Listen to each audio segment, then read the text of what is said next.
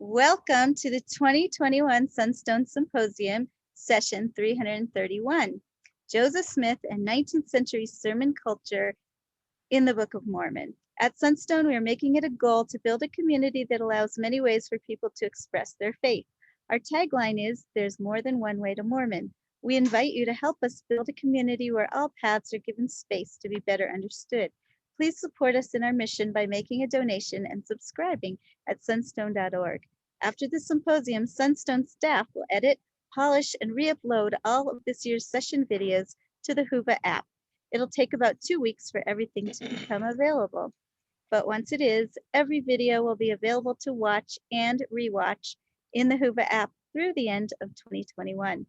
Please type any questions into the Huva app to be addressed during the Q&A if we have time. Critics of naturalistic explanations for the origins of the Book of Mormon have argued that Joseph Smith did not have the necessary education or skill to compose the book. Yet the techniques involved in the construction of the text were taught in common schools, Sunday schools, self-improvement venues, and among early career exhorters and preachers. In this presentation, William L. Davis, PhD, UCLA, author of Visions in a Seer Stone, Joseph Smith and the Making of the Book of Mormon, explores the nature of the Book of Mormon as an orally performed text and its connections to contemporary sermon culture. William L. Davis is the author of Visions in a Seer Stone, blah, blah, blah, I just said it. Anyway, he received his PhD from UCLA and has published in several prestigious academic journals on John Bunyan, Herman Melville, William Shakespeare, and Joseph Smith, what company he keeps. We're glad to have you here, and I'm going to turn the time over to Bill. All right. I want to start by welcoming everybody to the session here on Joseph Smith and 19th century sermon culture in the Book of Mormon. And as we get started, there's a few things I want to say. And first of all, a lot of the material I'll be talking about today is covered in my book, but I can only cover a portion of it. So I'm just going to do a little plug that if you're interested in the material that you hear today, there's a lot more material in the book. And so this is where you can go to find out more information about that. The next thing, this is the first time I'm doing an hour-long presentation on my work. And so I don't know how much time will be left over for questions and answers. So if we don't have enough time, please feel free to write questions in the Huva app and I'll do my best to answer them. And then one other thing I want to start with is I'm not unconscious to the fact that we're talking about a really sensitive topic for some people. And talking about 19th century influences on the Book of Mormon can be challenging to some of the traditional opinions or traditional theories about the text. So I want to start out by being upfront about a couple of issues. First, I'm going to be sharing information, but I'm not going to tell you how you're supposed to interpret this information, okay? This presentation doesn't attack the Book of Mormon, nor does it defend the Book of Mormon. We're simply going to look at some of the textual evidence and then have you decide what that means for you. Okay, so I want to be clear about that. The other thing is, along with that, I also think it's important to share with you my own opinion about this material. And from my point of view, so that you're aware, I believe that the textual evidence does not support the view that Joseph Smith was a passive translator or someone who wasn't involved at all in the construction of the Book of Mormon. I think that the evidence rather strongly points to his active participation that ranges clear from the language in the Book of Mormon all the way up to the structuring of the work.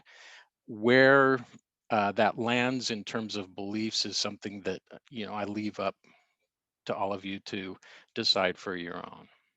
Okay, with that introduction, let's turn to the presentation. And we're going to talk about today some of the techniques that were common in Joseph Smith's contemporary sermon culture and how those techniques informed the construction of the Book of Mormon. And so what do I mean by that? Well, when I talk about sermon techniques, I'm focusing on the techniques that were used in the construction of the work. And that is the ways in which the Book of Mormon reveals how it was created, how it was composed, how it was produced.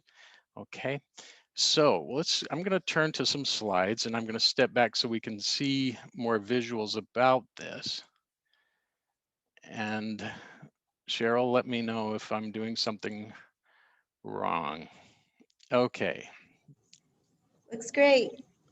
All right. So in my research, okay, let's start the slide. Now, in my research, one of the central points that I make is that the Book of Mormon was not the result of a written literary project. And oftentimes people try to understand it within that framework. But that's not the way to look at it. And what do I mean by that? It means that the text is not the result of someone sitting down and writing down a draft of a book, then rewriting and revising the words and honing the language over time until they come up with a final complete draft. That's a literary approach, a written approach to the text. And if we try to understand the Book of Mormon from that perspective, we will never fully understand the nature of the text. Okay, the reason why is because the Book of Mormon was the result of an oral performance. Joseph dictated the book, and that's a very different process.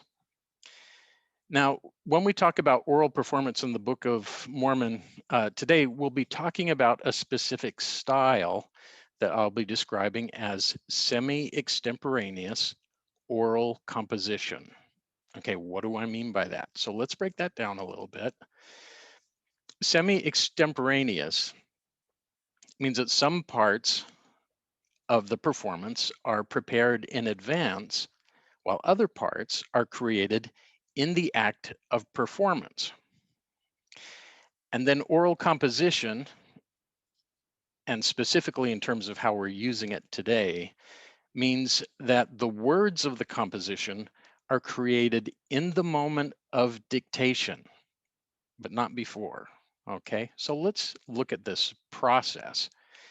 Now, when we look at this type of oral composition in general, uh, a person preparing for this would begin working on it long before the actual performance or dictation. So there's a lot of advanced preparation. They begin by premeditating on ideas, thinking about what they want to say.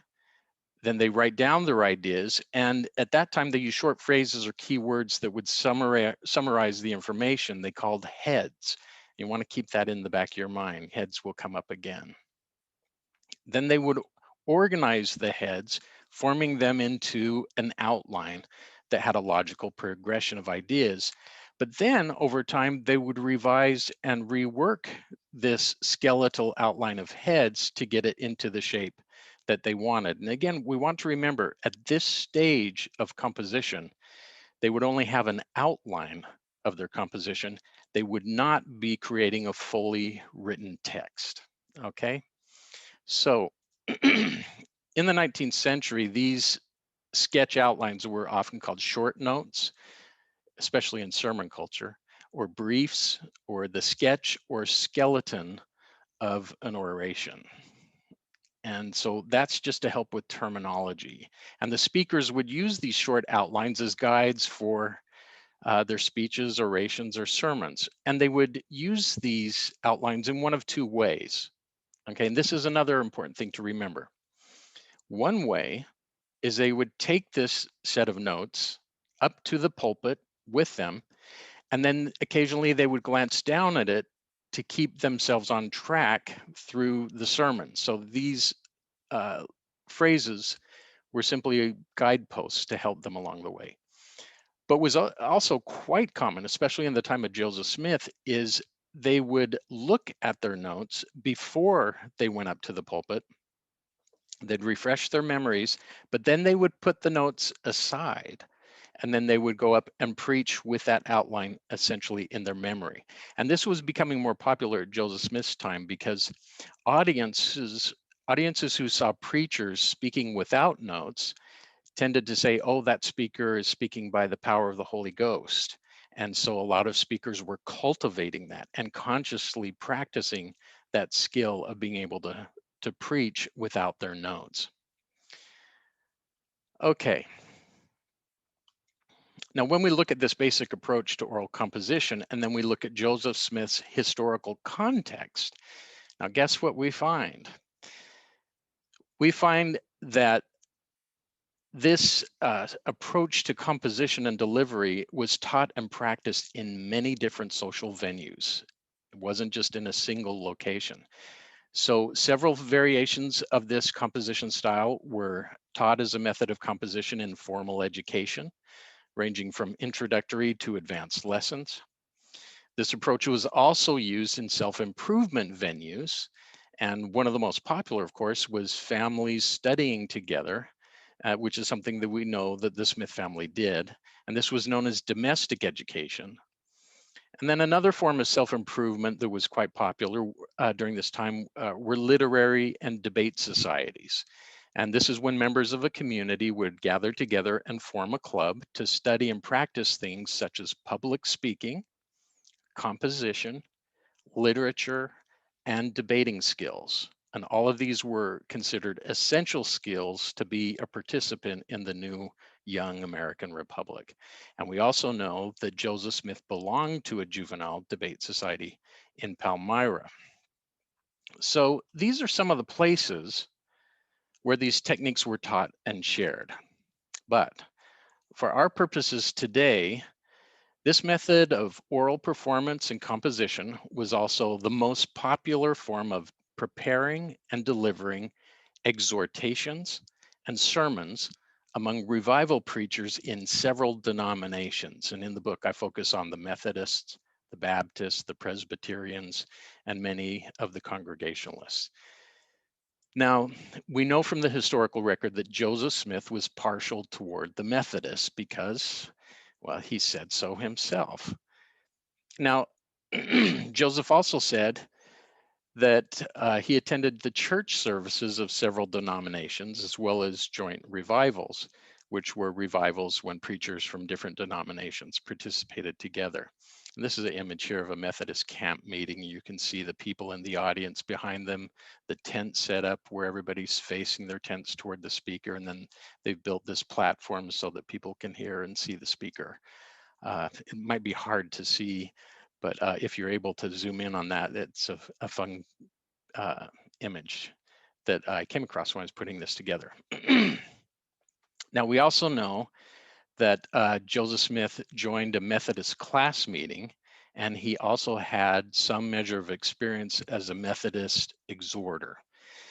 Now, this being the case, and I want to be clear here, Joseph would have most certainly been exposed to these techniques, both directly and indirectly, in that type of experience within the Methodist class meetings, the revivals, and then also participating as an exhorter. So let's take a closer look at this technique among preachers. Okay, now to begin, revival preachers approach the composition of their sermons in a very similar way that we just looked at earlier, but there were a few differences. Now, long before their sermons, many of them would think and meditate about what they wanted to say. Then this time, they would only jot down usually 3 or 4 main heads, which they called chief heads some of the time. And the reason why they limit it to 3 or 4 main heads is because it was easier to remember if they didn't use their notes for a sermon. And they also did it this way, even if they had their notes, to make sure that the audience could remember these central points.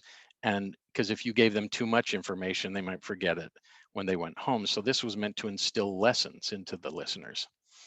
Now, with these main heads, they might further subdivide them into subheadings that were organized under one of the chief heads. So they might have more information in their outline than simply 3 or 4 points. And the other thing that's important to know here is, and this is somewhere where I think some readers of my work have misunderstood, the preachers weren't simply following basic bullet points of a topic, but they were creating these heads, and they chose these main heads according to the expectations and constraints of a sermon pattern called the doctrine and use pattern. Now, unfortunately, we don't have time to go into detail about the pattern here, but for those interested, I do mention it in the book. The doctrine and use pattern is a modern sermon pattern that it traces its origins back to the medieval period, and it makes several appearances in the Book of Mormon. So that's something to be aware of. Many of the prophets from Nephi and Lehi down to Mormon and Moroni were preaching within this modern uh, sermon pattern that was common in the 19th century. Okay, so next they would, of course, organize the main heads into their outline or sermon skeleton. And then finally, they would spend time with it. They'd think about it, revise and rework until they were ready for performance. Okay, so this is what went into the preparation for sermons. We want to look now at a final sermon, or one that had not only been delivered, but had been printed and published. And this is one of John Wesley's sermons. He had a profound influence also on Methodist preachers and how they would also construct their sermons. So for this sermon, the topic of Wesley's sermon is about the justification of sinners. And so the text or scripture that he's using to talk about comes from Romans 4 verses 5. And he quotes it, he makes a few adjustments to it, but he quotes, and the scripture says, "To him that worketh not, but believeth on him, Jesus Christ, that justifieth the ungodly, his faith," or the sinner's faith, "is counted to him for righteousness." And so Wesley is preaching on the topic of how a sinner may be justified before God.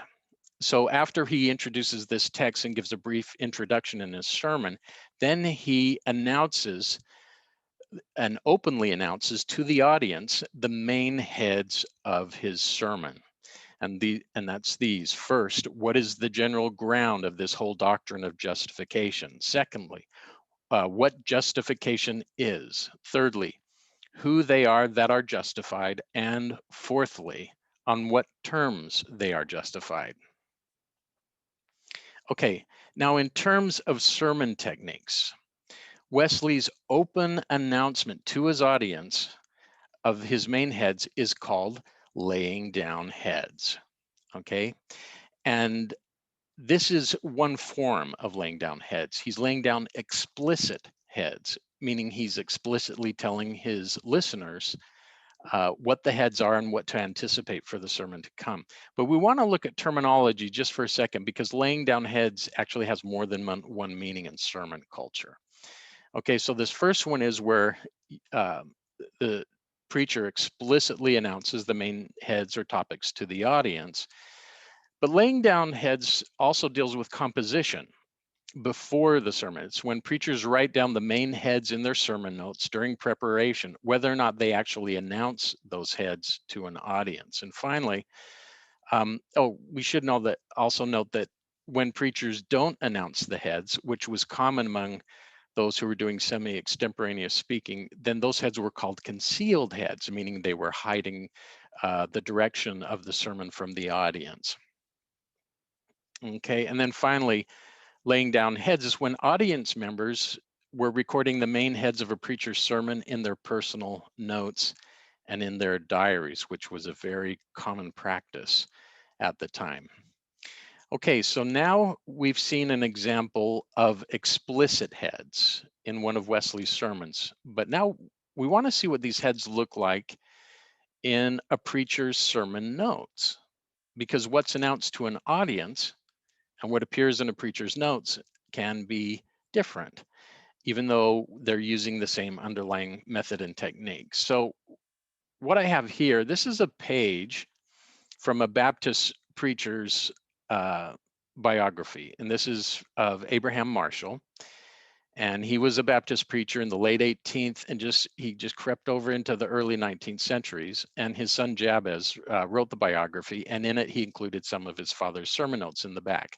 And on this page, I know you can't see it, but we'll look closer up here in a second. But on this page, we have 5 complete sermon notes, along with portions of 2 other additional sermons. And for those of you who are listening, and you can't see this, the first full set of notes takes up 11 printed lines. The next set takes up 10 printed lines. The next one has 7 printed lines. The one after that has 3 printed lines. And the last full sermon has 11 printed lines. So for the moment, just to see how brief these short notes could be, let's take a look at the shortest set of notes on this for sermon number 47.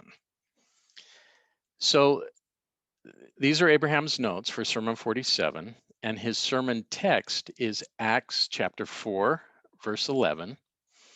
And he has one main head, and we don't see it. That's usually with Roman numerals number 1, but that's because head of the corner, which is his cue, which is to help his memory, is part of the verse, but it also contains the main head. So what we see here are the subheads of this idea of head of the corner.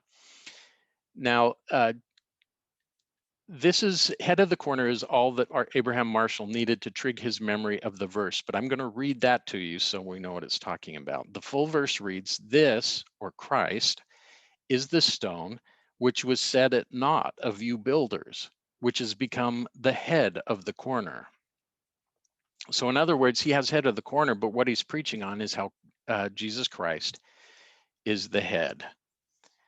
And that's the main topic, or chief head, so that Christ is the head of all things. Now, he further breaks this down into, with Arabic numerals into 7 sections of his sermon. And so when we look at the first subhead, number 1, all we have is one word: foundation. Okay, and that's all he needed, was this one word, which is short for Christ is the foundation. And that's all he needed to remind him about what he was going to say for this section of the sermon. And then we look at this, the next head is bears all. So these 2 words stands in for Christ bears all. And again, that's all Marshall needed as a reminder for this section. And that's how it continues through here: unites all, defends all, strengthens all. That's all he needed to be able to go on a very long sermon and discourse about each one of these sections. So these notes are a good example of the personal notation systems that semi-extemporaneous preachers used. And the key point to make here is that these can be very small lists on very small pieces of paper, and they could guide what would turn out to be very long sermons. The preachers in this period could go anywhere from 15 or 20 minutes to several hours on end. And when we look through Marshall's short notes, even though this is an example of one of the shortest ones, all of his notes of the individual sermons could easily fit on the equivalent of a modern 3x5 card, which he could either take to the pulpit or leave in his notes. Now, because these notes were so small and compact, preachers could carry around a lot of sermons in a very small space. And the historian D. Andrews tells about a young Methodist preacher named John Dempster who filled up a single small notebook with at least 75 sermon outlines. So these little pocket notebooks could hold that much information. And essentially that would contain about a year's worth of sermons in a small notebook. And that's an important historical point to remember as we continue to think about the circumstances surrounding Joseph Smith's production of the Book of Mormon. So I just want to plant that seed in, and we'll come back to that.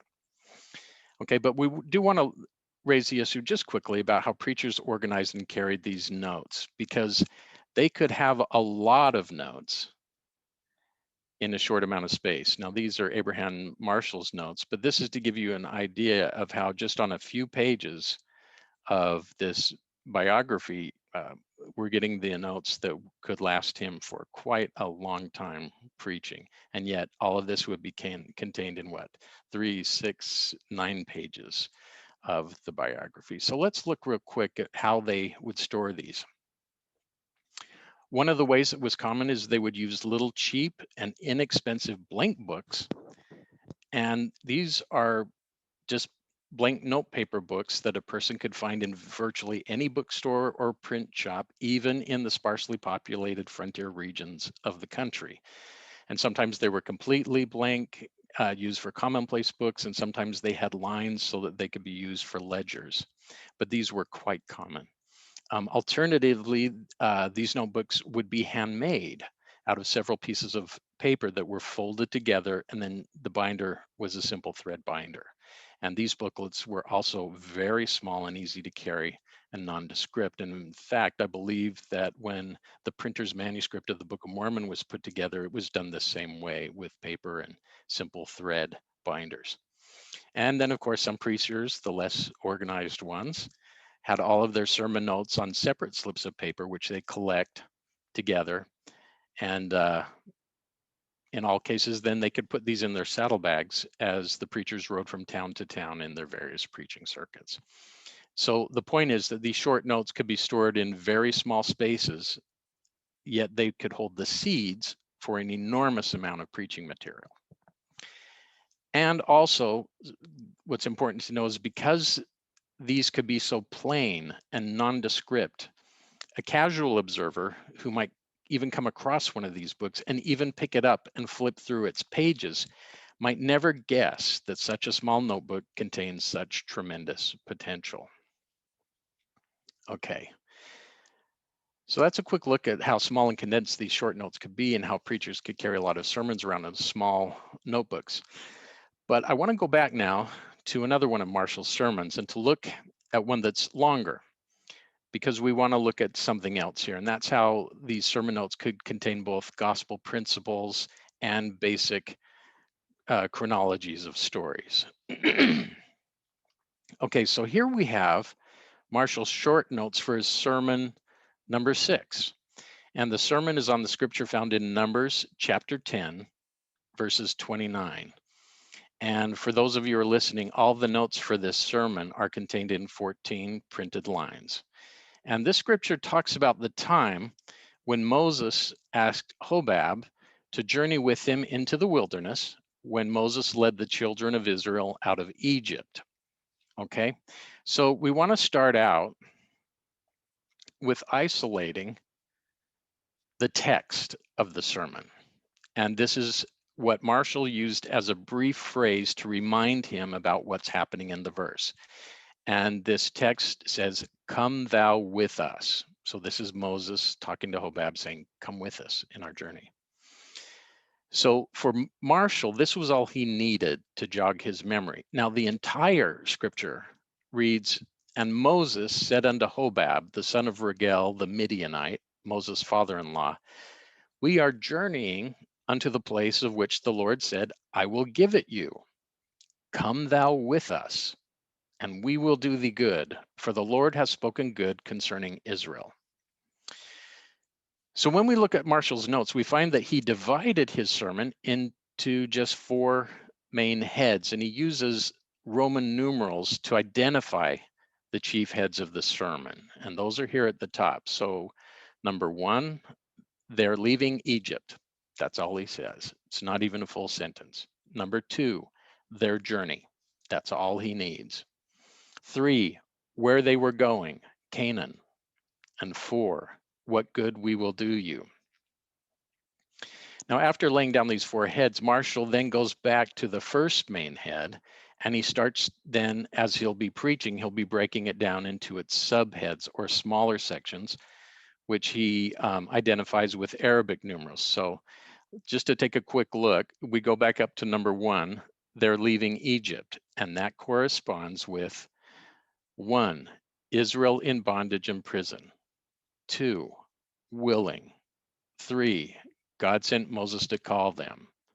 4, hard to get them to go. Okay, and it continues that way where they leave Egypt, they travel 3 days in the wilderness, they cross the sea. So when he finishes with that first section, then he'll proceed to the second one, number 2, their journey. and then how he breaks it down there in 5 different sections. And that's the way he continues through the rest. So number 3 corresponds with arriving in Canaan, and number 4, then we start to get to the lessons of the sermon of what good we will do thee. Okay, now there's something important that we want to look at about this. When we're looking at this entire set of notes, we notice that they don't form a smooth, flowing narrative that reads like a regular story. So his notes don't say Israel was in bondage and imprisoned, so they were anxious and willing to be free. So God sent Moses to call them out of Egypt, but they were frightened about leaving their homes and it was hard to convince them to leave. Okay, that's not what we have in these notes. Instead, we just get these short, concise, to the point phrases. They're leaving Egypt, their journey, where they're going, Canaan. Okay, now this is really important actually, because this is a really specific style of documentation that preachers use to create their sermon skeletons or their outlines in their short notes. So they're summarizing words and phrases, they're memory cues, and they're for the benefit of the preacher's memory to guide him through their sermons. All right, and since we're talking about memory, there's something else he's doing. He's using more than one memory technique. And so when you look at these main heads, what we're dealing with is a basic departure narrative and a journey narrative. And so the way he has arranged the heads in the sequence 1, 2, 3 basically shows that in his mind, all he has to think of is the departure and the associated information, the journey, the destination, and the lessons learned.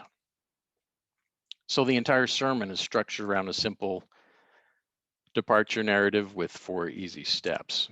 And what this does is this creates a memorable sequence. And so this is the type of sermon that would be quite easy for a preacher, especially of this style, to deliver without any notes at all. Okay. Now with Marshall's sermon notes in mind, we're going to change course just a little bit. And we want to look at how these sermon notes compare to print culture and Bible culture. Okay, so I'm going to look at the same passage in Adam Clarke's biblical commentary. And here is part of the chapter opening headings for Numbers chapter 10. And I'm using this example because Adam Clarke was enormously influential on Methodist sermon culture. And we also know that Joseph Smith had some measure of exposure to his works. But we should also be aware that this style was not limited to Adam Clarke. There were all kinds of Bibles that used this style, as well as all types of other books, histories and romance novels. All kinds had this. So for listeners, I'm going to read through some of these heads from Adam Clarke. So here it goes. Moses entreats Hobab the Midianite to accompany them through the wilderness, 29, and that's verse 29. He refuses. Moses continues and strengthens his entreaties with reasonings and promises. They depart from Sinai 3 days' journey. The cloud accompanies them day by day and night. Okay, and the rest continues from there. So what I want to point out here is that these skeletal outlines of heads in the chapter headings of Bibles are directly related to the skeletal outlines of heads that preachers use to create their own sermon outlines.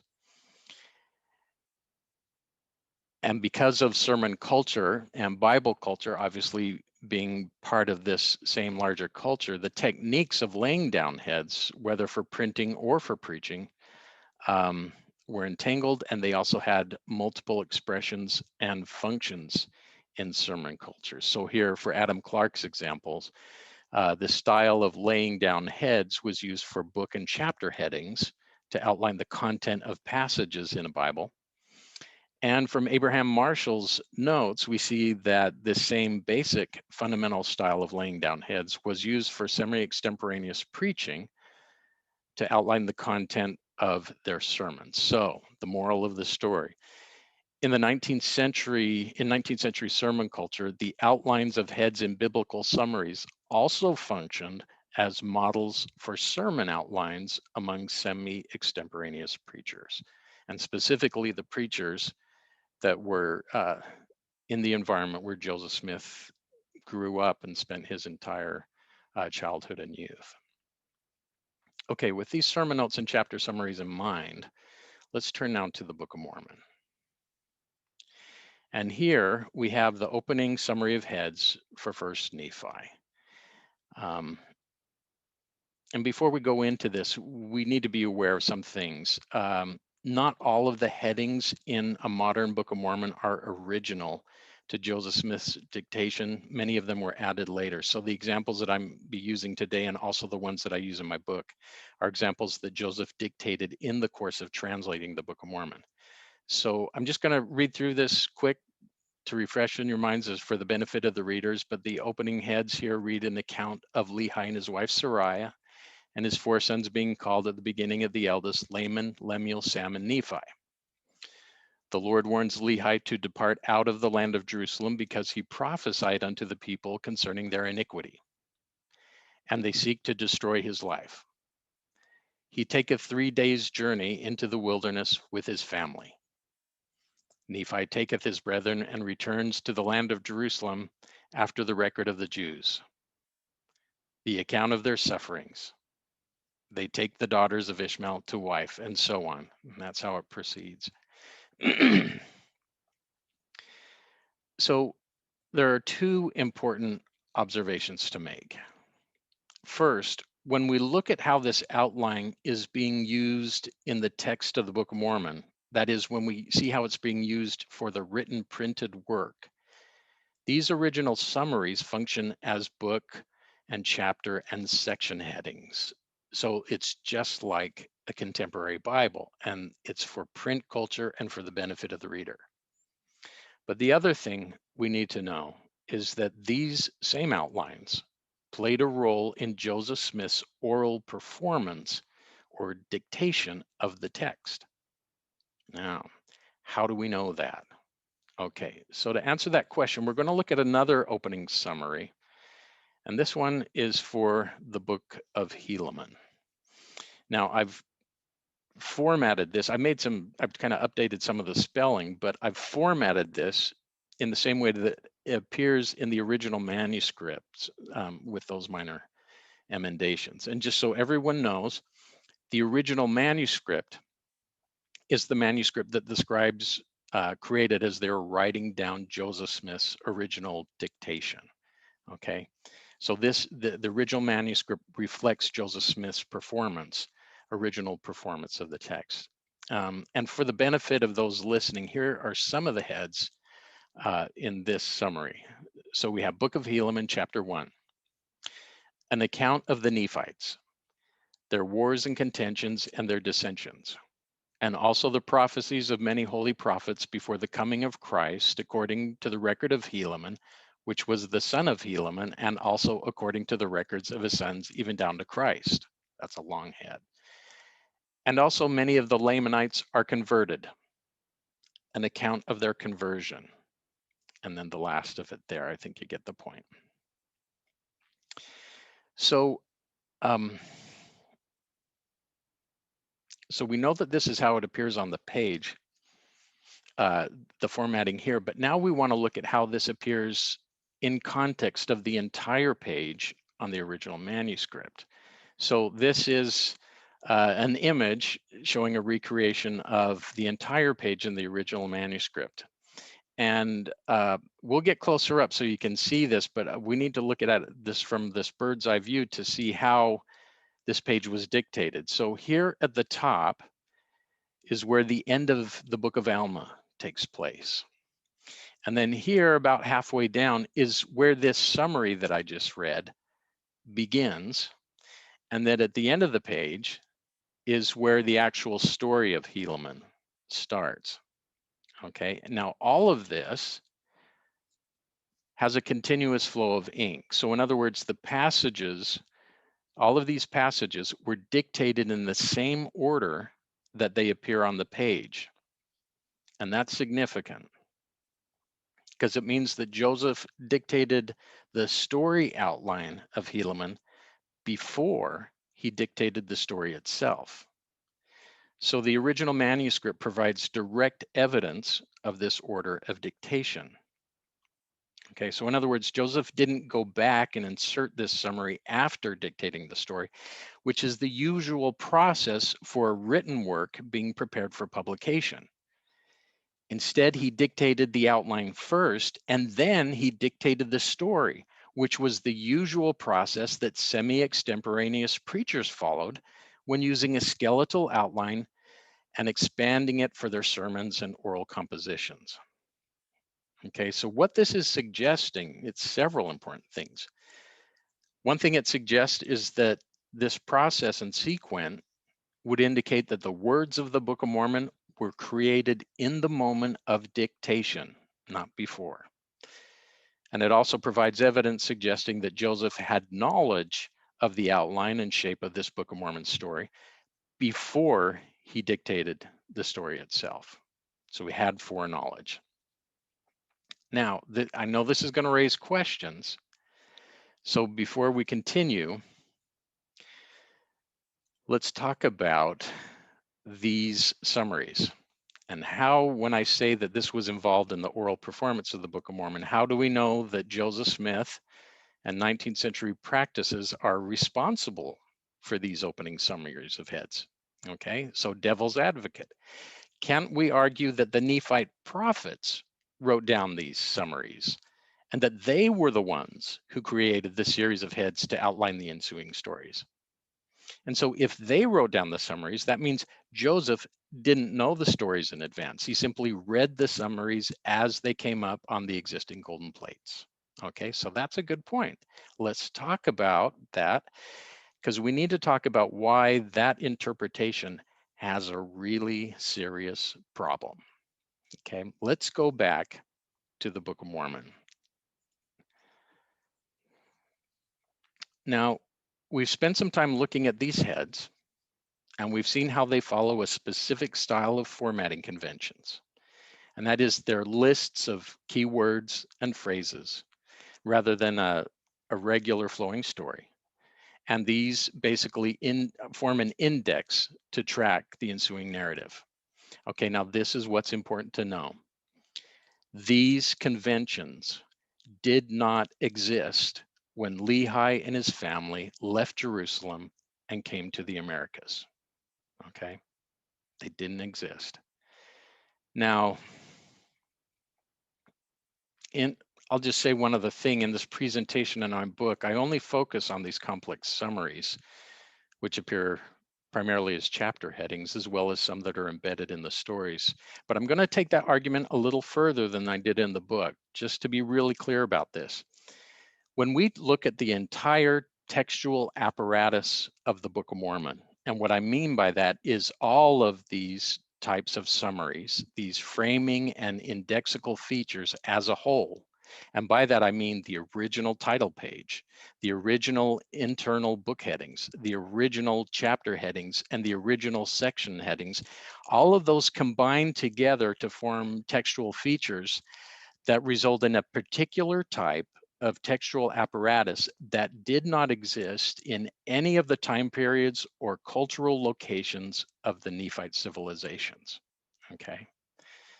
These textual features have known origins, and they ultimately derived over a period of several centuries, and not all at once, from the Greco-Roman literary tradition and culture. So what this means for this particular textual apparatus in the Book of Mormon is that it's an anachronism. And frankly, it's a very prominent anachronism. So this points to Joseph Smith rather than ancient writers. So when we talk about the influences of 19th century sermon culture on the Book of Mormon, this textual apparatus that Joseph Smith used to dictate for the work relies heavily on the preaching traditions of his time for the shaping of the text and also for the original performance of the work. Okay, now, and real quickly, I know this is potentially controversial, and I expect people to study and follow up on this and do their own work, but I do want to alert you to the fact that there are people out there on the internet who have completely misunderstood this information in my book. So I want to be clear about it. When I claim that the Book of Mormon summaries with all these specific conventions and formatting are anachronisms, I'm not claiming that ancient writers in general didn't use any kind of opening summaries for their works at all. That's a completely different claim, and it talks about completely different conventions. So that's all the more reason why you should buy my book and read it for yourself. Okay, but enough of that plug, because we're going to turn to the final portion of the presentation. Now, what we want to do is to look at what all of this information means for the historical reconstruction of Joseph Smith's process of translation. And it's a process that I describe as revelatory translation. And to begin that, we have to get an idea of what Joseph Smith meant by being inspired in translations. And so I want to begin by going back to D&C 9. And this is Joseph Smith's revelation to Oliver Cowdery. And you may recall that Oliver wanted to try translating some of the Book of Mormon, but he wasn't able to do it. Then Joseph Smith had a revelation explaining why Oliver failed. And this is part of that revelation. And it says, "But behold, I say unto you that you must study it out in your mind. And then you must ask me if it be right. And if it's right, I will cause that your bosom shall burn within you. Therefore, ye shall feel that it is right." And then here's another key phrase: "Ye cannot write that which is sacred, save it be given you from me." And that last phrase is an echo of a New Testament scripture we're going to look at here. So what's interesting here is that the process of revelatory translation described in this verse involves a stage in which the translator, who is seeking divine inspiration, has to meditate on possibilities, consider options, and then seek for spiritual confirmation. But when we look at how Joseph Smith dictated the Book of Mormon, that's not what happened. He wasn't taking pauses to study it out in his mind. He just went right through it with a torrent of words. So what if this revelation is telling us how Joseph's translation process worked, then it strongly indicates that Joseph had already engaged in an earlier stage of study and meditation and spiritual confirmation before he actually tried to dictate. And this suggests that he, of course, spent time studying out in his mind the history and experiences of the ancient inhabitants of the Americas. And as he meditated and pondered on those possibilities, he sought divine inspiration to confirm whether or not the stories that he was meditating about were historically true. And when he felt that the Spirit was confirming these thoughts, then I'm proposing he did create and sketch an outline of the story, and we see the evidence of those outlines today in the text of the Book of Mormon, and he was simply using one of the common techniques of his contemporary sermon culture. So in other words, what I'm suggesting is that Joseph Smith followed the same basic process that the Apostle Paul described in his letter to Timothy when he said, "All Scripture is given by inspiration of God." So if the Apostle Paul is correct that all Scripture is given through divine inspiration, then for Joseph, divine inspiration had to be involved in the construction of the Book of Mormon. And that divine inspiration, according to Joseph's revelation, involved pondering, meditating, and studying it out in the mind. So when we take all this information into account, looking at what these scriptures and what the textual and historical evidence suggest, we can start to create a timeline of events. And this is going to be the last portion here. So here's our timeline. And we have the years in which we have references to the Book of Mormon. So we go from 1823 up through 1829. Okay, so in 1823, in September, this is when Joseph told his family about the angel Moroni and about the gold plates. Now, based on what Joseph said about his conversation, Moroni also told him a basic narrative outline of the rise, progress, and fall of the Nephite nation. So we know that Joseph had some kind of general outline about the content of the Book of Mormon from at least 1823. Okay. Next, Joseph claims that he did not receive the plates until sometime in late 1827. And in the period from late 1827 to mid 1828, we had a few significant events. Well, first he receives the plates, then he started to translate them, but then Martin Harris lost the 116 pages. So in terms of timing, this means that Joseph had at least 4 years of preparation time.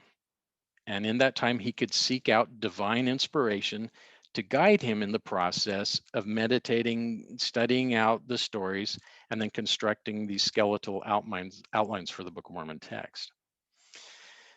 Now, from this point, there was a pause in the translation, but then in April of 1829, once Oliver Cowdery got on board, they started to retranslate the Book of Mormon.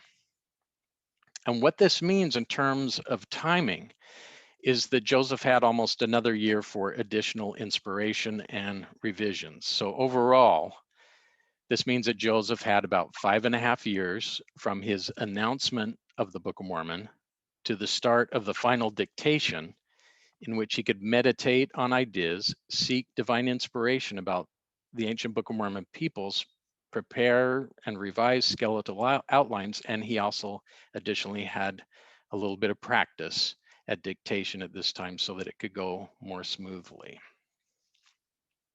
So, what does this all mean in terms of understanding Joseph Smith's process and belief in revelatory translation and the historical development? So, what I'm proposing here is that in terms of the translation and Joseph's revelatory process, I believe that both the historical and especially the textual evidence points to a process that took place over an extended period of time, lots of preparation time.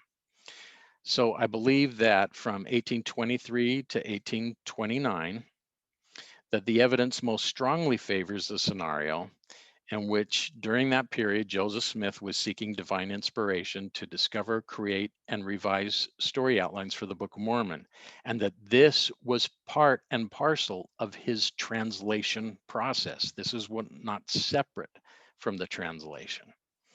And then in 1829, before he actually started dictate, I'm proposing that Joseph, in his private time, would review those skeletal outlines, his notes, before the dictation sessions in order to keep them fresh on his mind.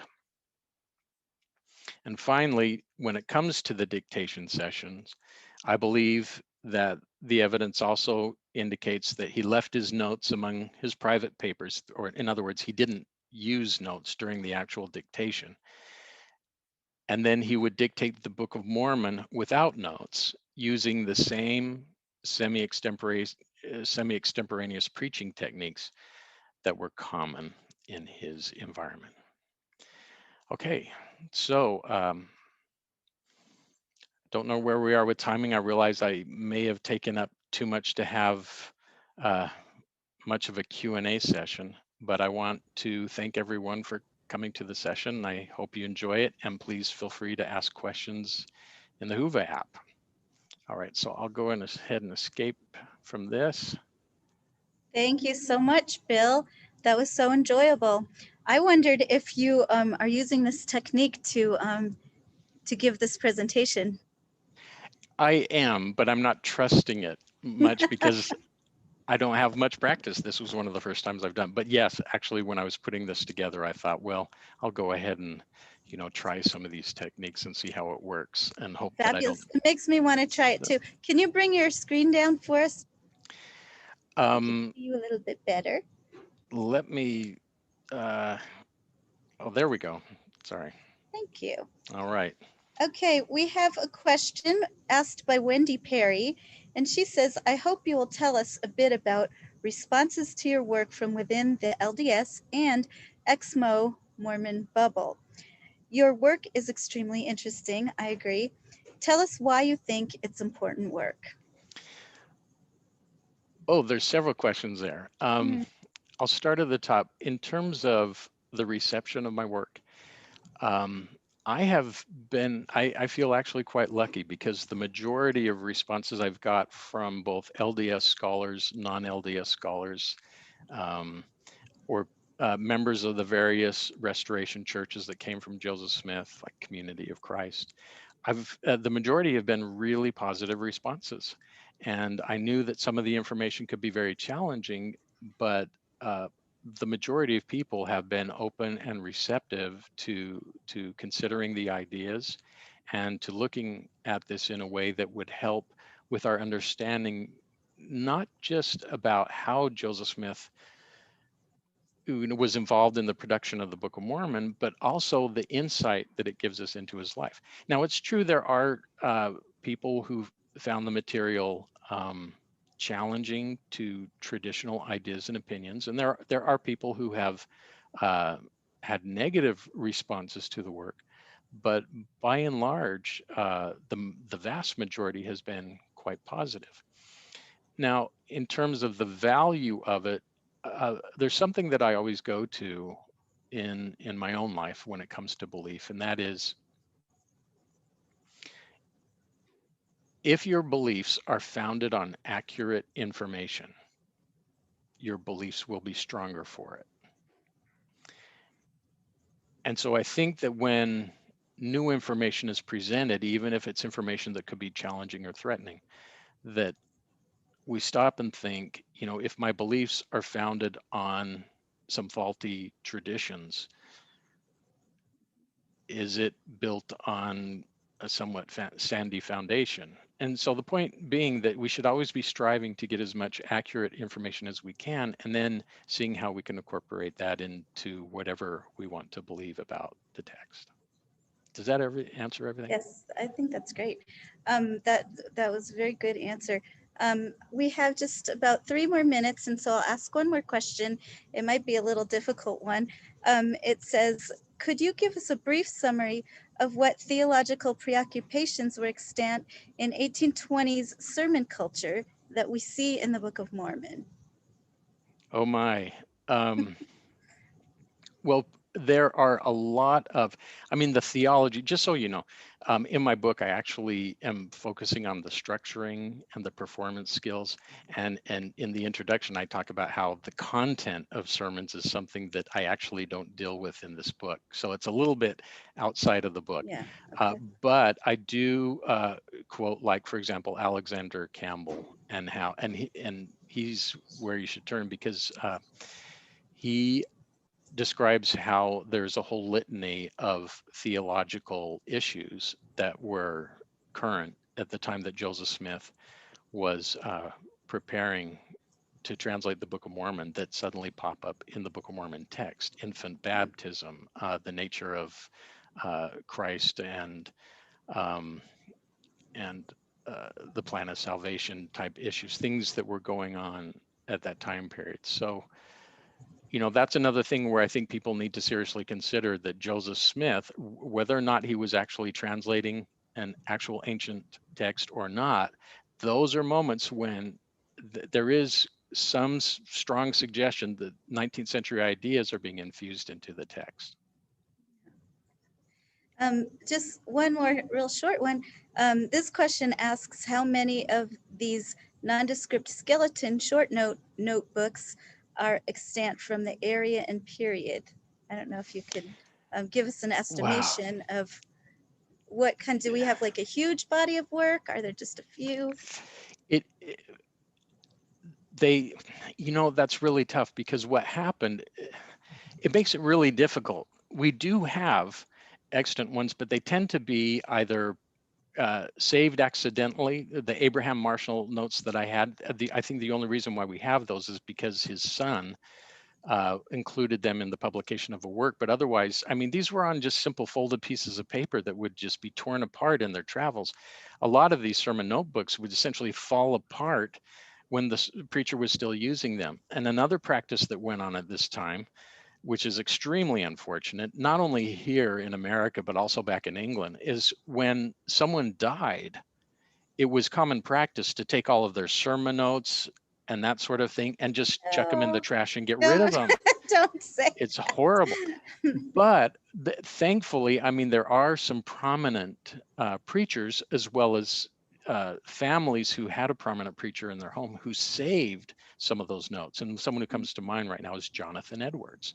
And so you can see all kinds of his sermon notes. Now, he didn't do this particular style. He wasn't good at it. So he tended to write out his sermons in long form. But he does, I have seen where he also has short notes where he just had a sermon that only had 3 or 4 heads. And there's some other people who were from that time period where we do still have some of their notes. But yeah, these oftentimes are written on scraps of paper where they were come and gone. And so it's tough, but they do exist. But I've never looked and tried to figure out the total amount of them. That's So fair. yeah.